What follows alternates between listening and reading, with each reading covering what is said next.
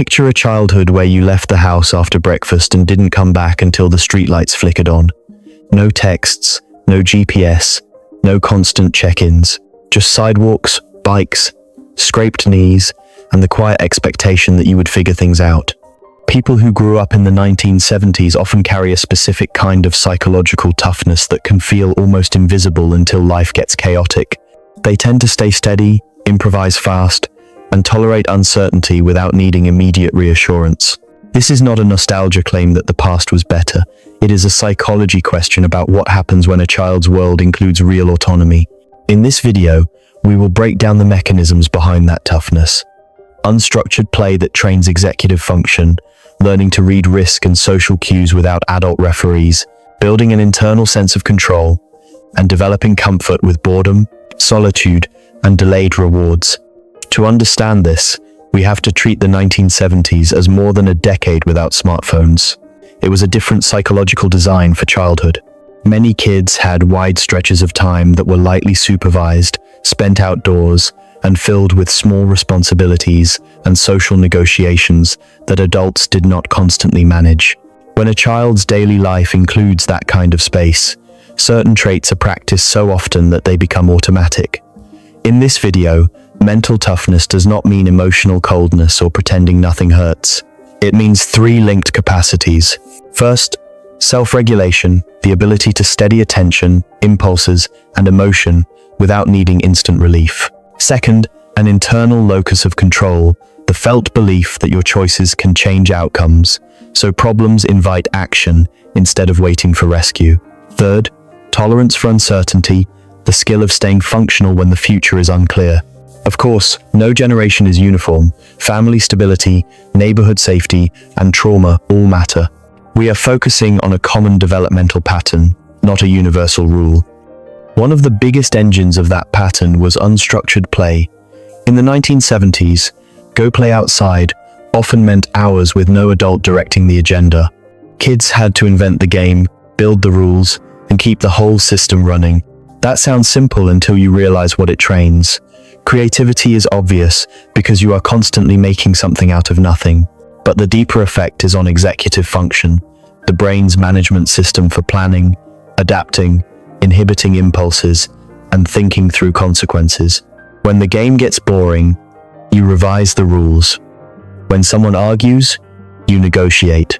When somebody storms off, you decide whether to chase them, apologize, or change the teams so the game survives. No one is running a curriculum, yet the mind is practicing real-time problem solving.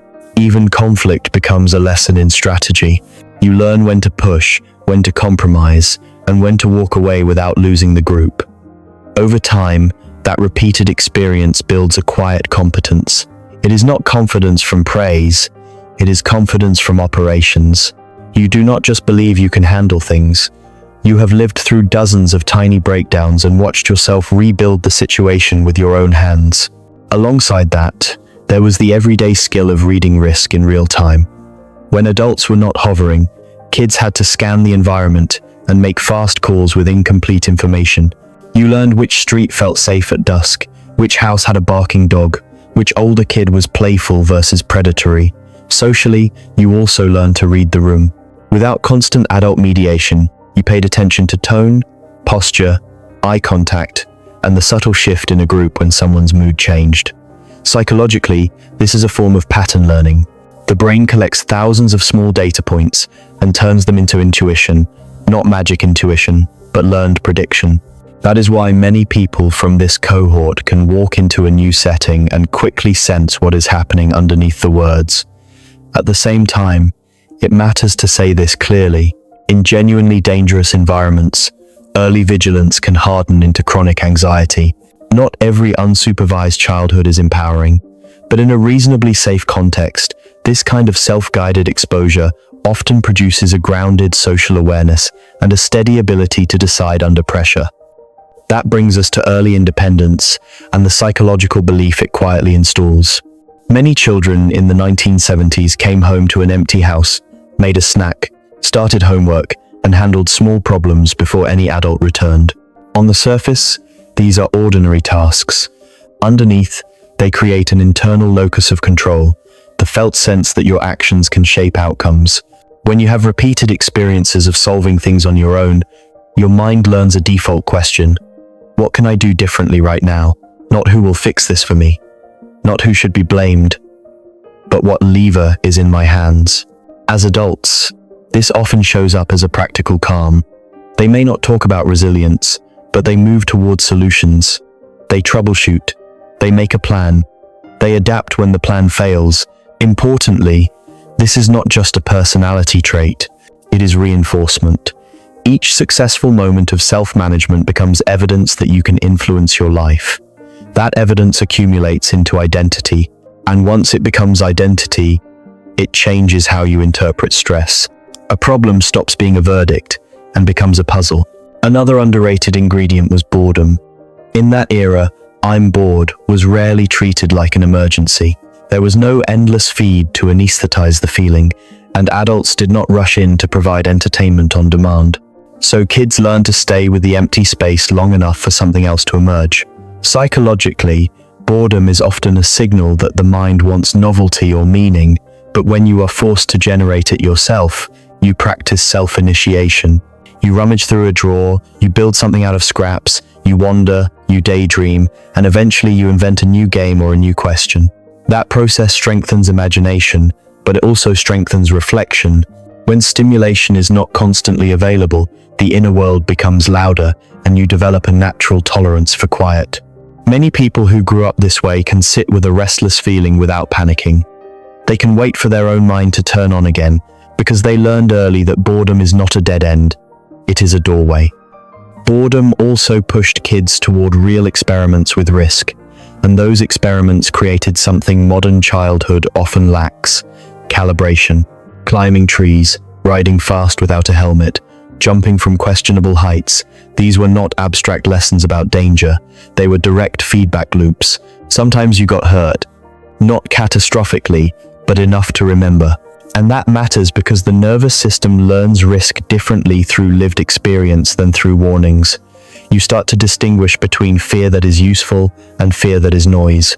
You learn what your body can do, where your balance fails, how speed changes control, and which dares are worth the thrill versus which ones are just social pressure. Over time, that builds a practical map of limits. As adults, people with this kind of early calibration often take calculated risks more comfortably. They are not reckless. They simply know what risk feels like in their bones, so they can evaluate it without freezing or overreacting. The goal was never danger for its own sake. The hidden gift was learning where the edge actually is. That same environment also trained a comfort with being alone and with emotions that had nowhere to go. Today, it is difficult to experience true solitude because there is always a pocket-sized exit. A message, a scroll, a video, a quick burst of attention that converts discomfort into distraction. But for many kids in the 1970s, weekends could be quiet. Friends were not always available, phones were not portable, and boredom was not instantly medicated. So they learned the difference between loneliness and aloneness.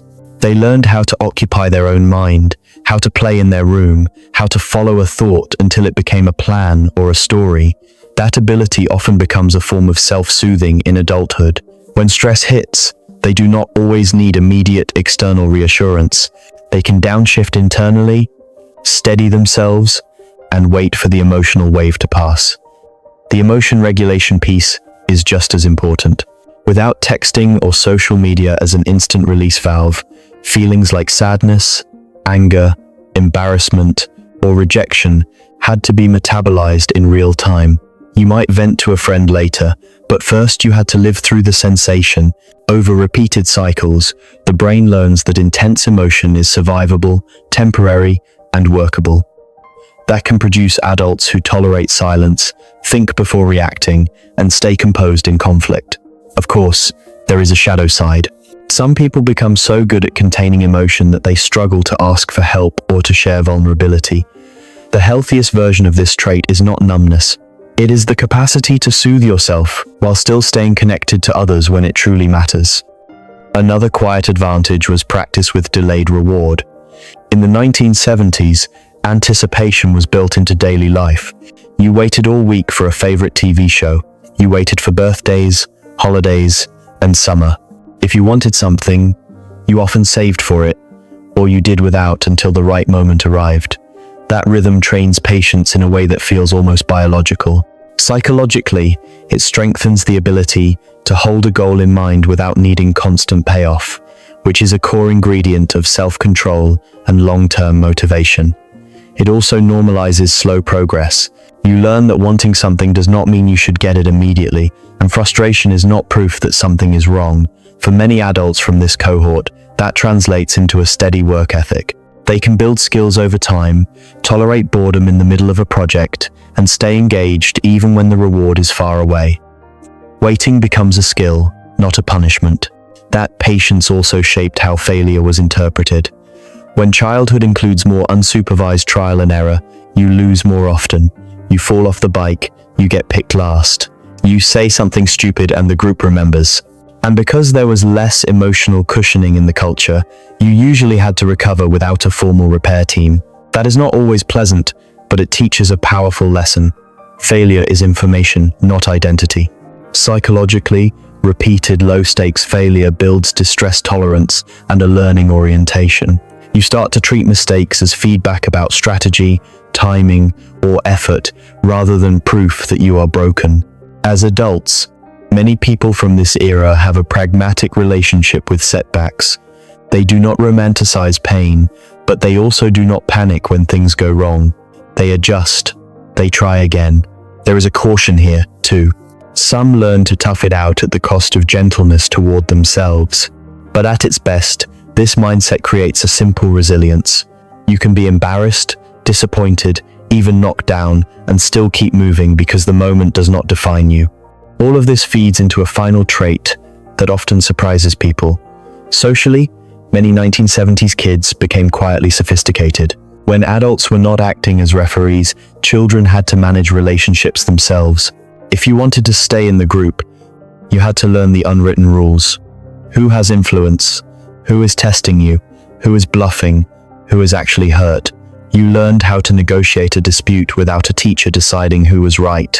You learned when to back down to preserve the game, and when to hold your ground so you would not become an easy target. That is more than being friendly. It is social strategy, the ability to track motives and dynamics while still participating. Psychologically, this develops theory of mind and emotional intelligence in a very practical way. You do not just understand feelings, you understand incentives. You understand that people protect status, fear exclusion, and respond to tone more than logic. In adulthood, this can show up as an ability to read a meeting quickly, sense what is really being argued, and navigate conflict without escalating it. The downside is that the same skill can lead some people to tolerate unhealthy dynamics for too long because they are trained to endure and adapt. But in its healthiest form, it creates adults who can relate with nuance, protect their boundaries, and keep the social fabric intact without needing constant mediation. When you step back, the psychology becomes clear. The 1970s were not simply less protected. For many kids, they were structured around trust and space, and that combination trained competence. It produced adults with a calm, unflashy confidence, the kind that comes from having solved real problems without an audience. They tend to regulate themselves without constant external soothing, tolerate uncertainty without collapsing into panic, and move toward practical solutions when life gets messy. This is not an argument that we should recreate every risk or ignore what we now know about safety. It is an argument that modern parenting and modern life may be over-engineered in ways that accidentally weaken the very skills we hope children will have. The goal is not a hardship-free childhood. The goal is a childhood that builds tools. So what does that look like today? It can be as simple as protecting time for unstructured play each week, letting kids negotiate small conflicts before adults step in, and creating a boredom window where screens are not an option and the mind has to generate its own momentum. It means giving age-appropriate responsibilities that produce real ownership, not performative chores, and teaching risk management instead of trying to eliminate all risk. Most importantly, it means allowing manageable difficulty to exist, so children can experience the truth that difficulty is survivable. Sometimes the greatest gift is not removing every obstacle. It is helping a child build the internal equipment to meet obstacles and keep going.